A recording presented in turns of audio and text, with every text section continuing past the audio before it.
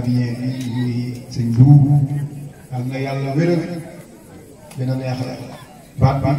may ko ci ndam te incha allah dina ko ci am ndax man ñoo ko ñaan. président dafa wax lu am solo mooy éducation te ñu gën a jàng ñu ne éducation ñu yaakaar jàng française école française loolu la éducation dafa ëmb jàng métier ci éducation la bokk jàng alxuraan ci éducation la bokk jàng école française xale ko nag yàlla dafa def mu boole yooyu yëpp tënk ko ci benn école moo tax école am bi mu créé conception bi c'est exceptionnel c'est original bokkul ak yeneen ndax da ngay indi sa doom mu dugg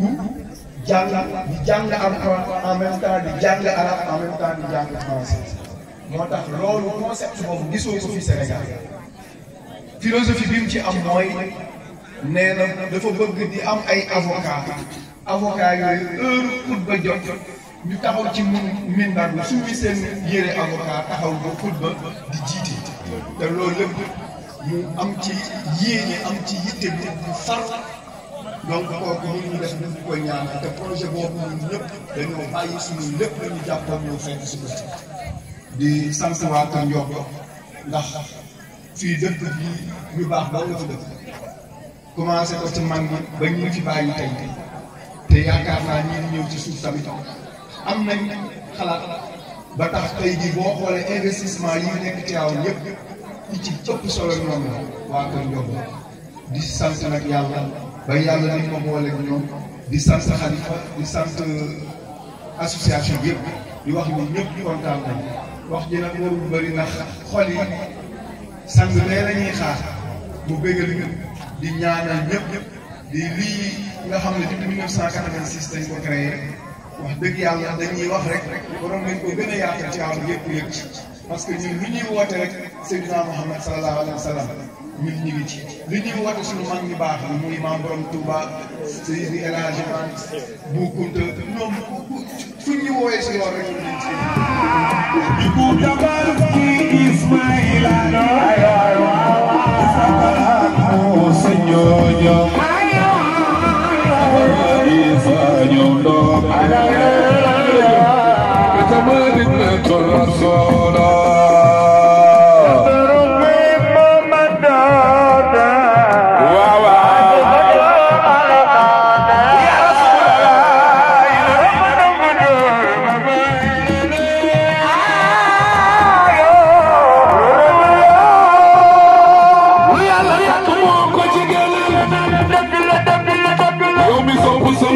Muhammad difalni sa loxo nabe rafet dawla dim jaar Sayyidina Muhammad sallallahu alayhi nabe rafet dawla dim